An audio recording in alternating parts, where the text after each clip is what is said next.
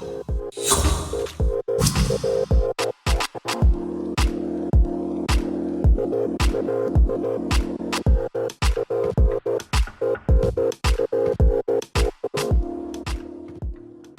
diesem Video möchte ich euch einen offenen Augspleiß für Double Braid Ropes zeigen. Bei diesem Spleiß bleibt das vordere Ende der Leine, also der Augbereich ohne Cover, ist daher nicht geschützt, wird aber oft aufgrund von, weil er einfach schneller geht, günstiger ist, weil es nicht nötig ist oder weil ich Schäkel einlaschen will und ich dadurch engere Radien mit dem Seil schaffe, verwendet. Es gibt aber auch eine spezielle Leine, die von mir sehr gerne für die unteren Railingleinen oder für Safety Lines verwendet wird, wo ich den Cover nicht wieder zurück über den Spleißbereich bekomme, weil der Dyneema-Mantel zu eng geflochten ist. Ich zeige euch heute anhand einer Safety Line bzw. Zero Kink diesen Spleiß. Das ist ein Double Braid, wobei sie sich ein bisschen unterscheidet von den normalen Double Braids. Das heißt, sie hat einen sehr eng geflochtenen, aber sehr dünnen Dyneema-Mantel drüber. Das heißt, ich werde mir, weil ich den Mantel nach hinten schiebe und ich nicht will, dass er über die ganze Leine nach hinten rutscht, in etwa bei 1,5 bis 2 Metern einen Knoten machen, dass der zurückgeschobene Mantel nicht bis ans Ende der Leine rutscht und ich den Mantel nachher wieder nach vorne schieben kann.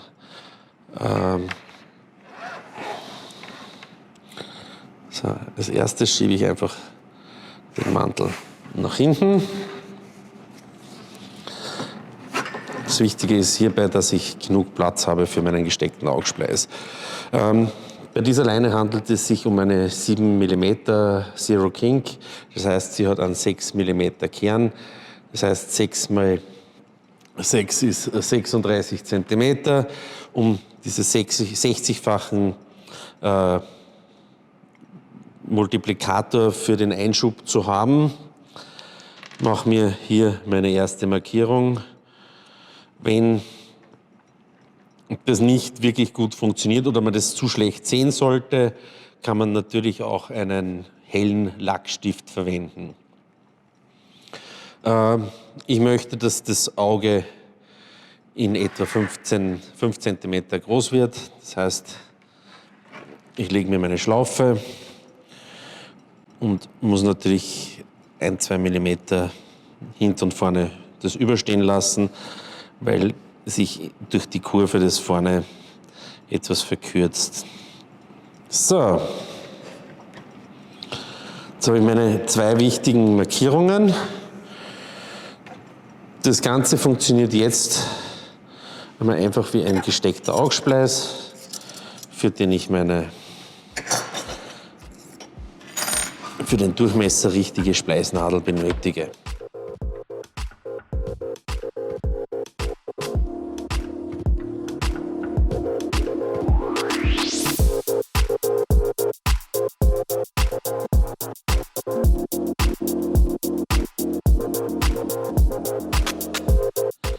Wichtig ist, dass in diesem Bereich das Material nicht heraussteht, weil sonst wird es mir im Zuge des Einschiebens wahrscheinlich herausrutschen und ich kann von neuem anfangen.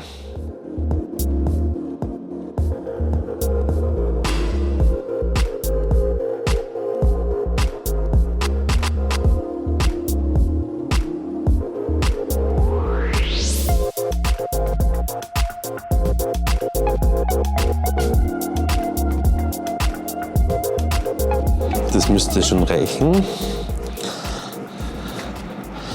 Ich schiebe mir nur ganz gern eine dickere Spleißnadel in das Auge, damit während ich die Verjüngung mache, nicht nach hinten durchrutscht. So, ich werde mir wieder meine Verjüngungspunkte setzen. Wenn ich sehr oft spleiße, werde ich mir die ersparen können.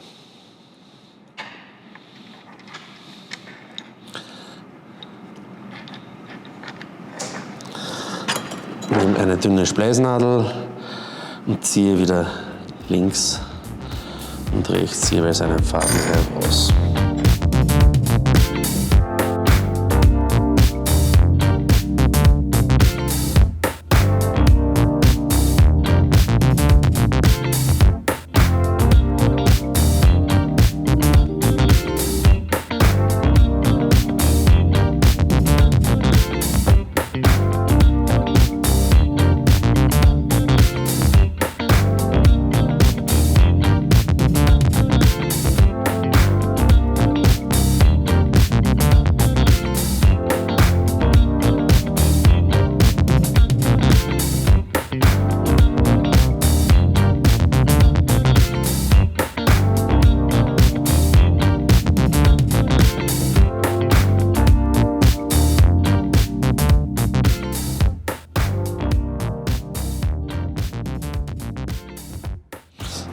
Dann gehe ich wieder auf meine Markierung, die ich hier schön markiert habe.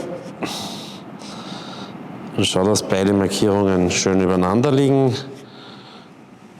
Und schiebe den Spleiß nach hinten ordentlich hinaus. So, jetzt muss ich natürlich den Mantel nach vorne schieben.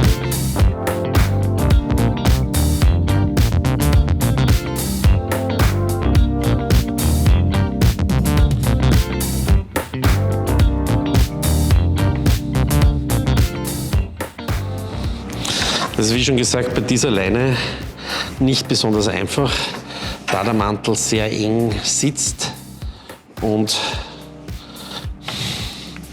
sich fast nicht drüber schieben lässt.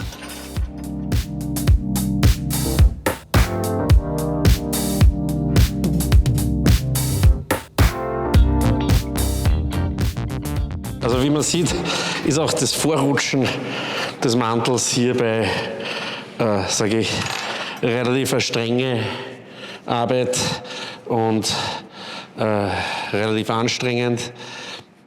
Wir haben hierfür aber ein Mittel, das die Arbeit ein wenig erleichtert. Nachdem in diesem Fall der Mantel wirklich, wirklich eng sitzt und ich ihn auch mit größter Gewalt oder Anstrengung nicht nach vorne schieben können würde, greife ich hier zu einem kleinen Trick. Und zwar nehme ich als leichtes Schmiermittel ein Leinenwaschmittel, das speziell zum Waschen von Seilen geeignet ist. Bitte hierbei kein Spülmittel oder handelsübliches Schmiermittel nehmen, weil die greifen das Tauwerk an. Und trage das, sage ich einmal, ein wenig auf den Kern auf. Und dadurch sollte das Ganze sich relativ einfach oder einfacher über den Kern nach vorne schieben lassen.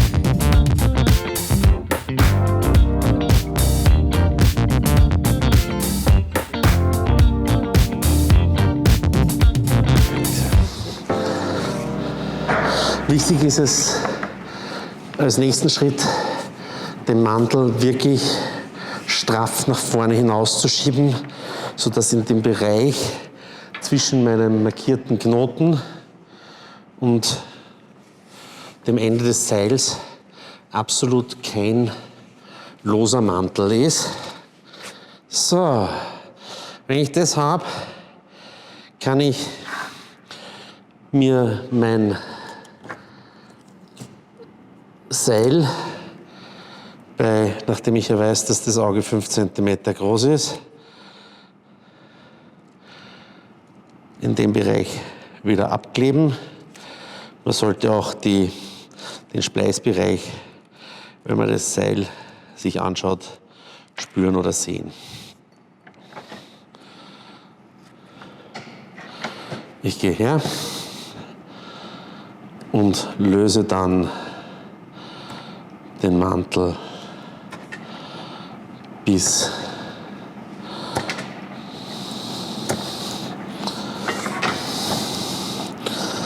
zu meinem Klebeband ab.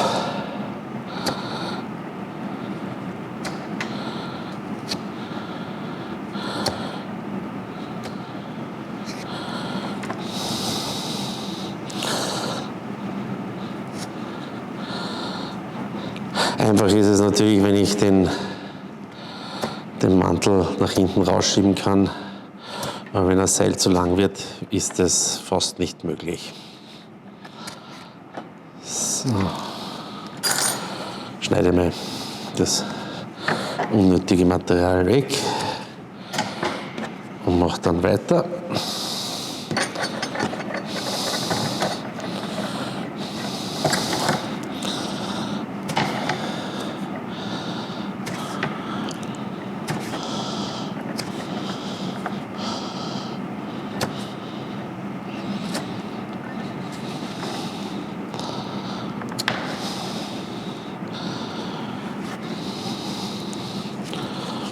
So, jetzt kann ich schön an meinem Dixo-Band entlang die überstehenden Dyneema-Stränge wegschneiden.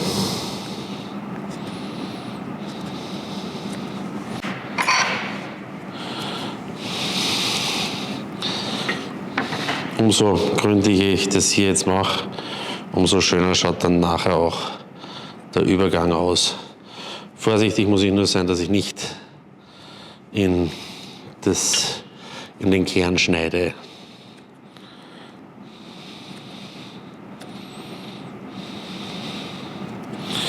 So.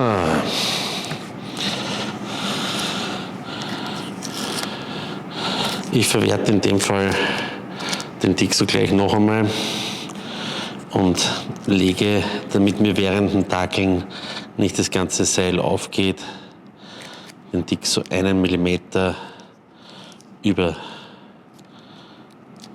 das Ende drüber und fange jetzt mit meinem Tackling an.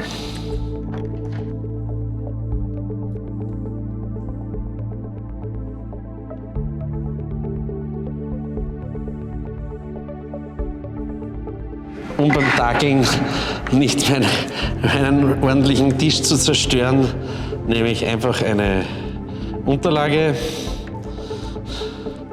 So, jetzt wieder die eine Seite abbrennen.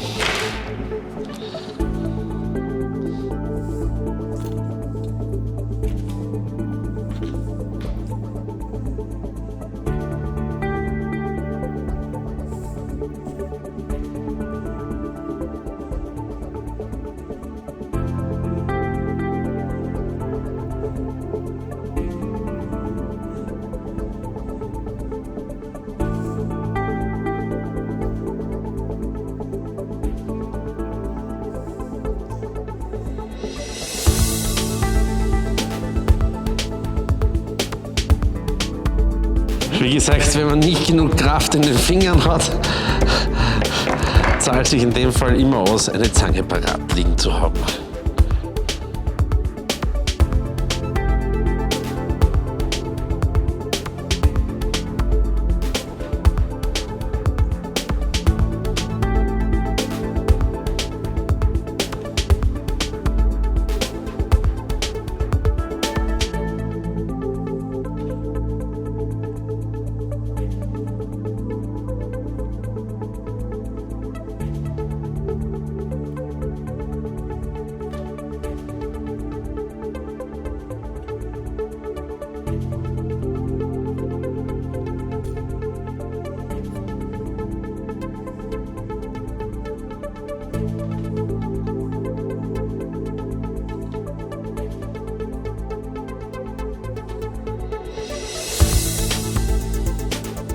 Wenn man jetzt sagt, das ist einem nicht schön genug, dass man hier so leichte Fransen hat vom Dyneema, kann man noch, aber wirklich sehr vorsichtig, diese Fransen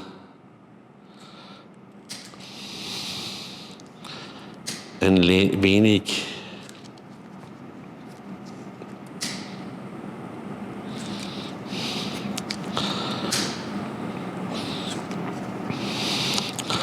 mit dem Feuerzeug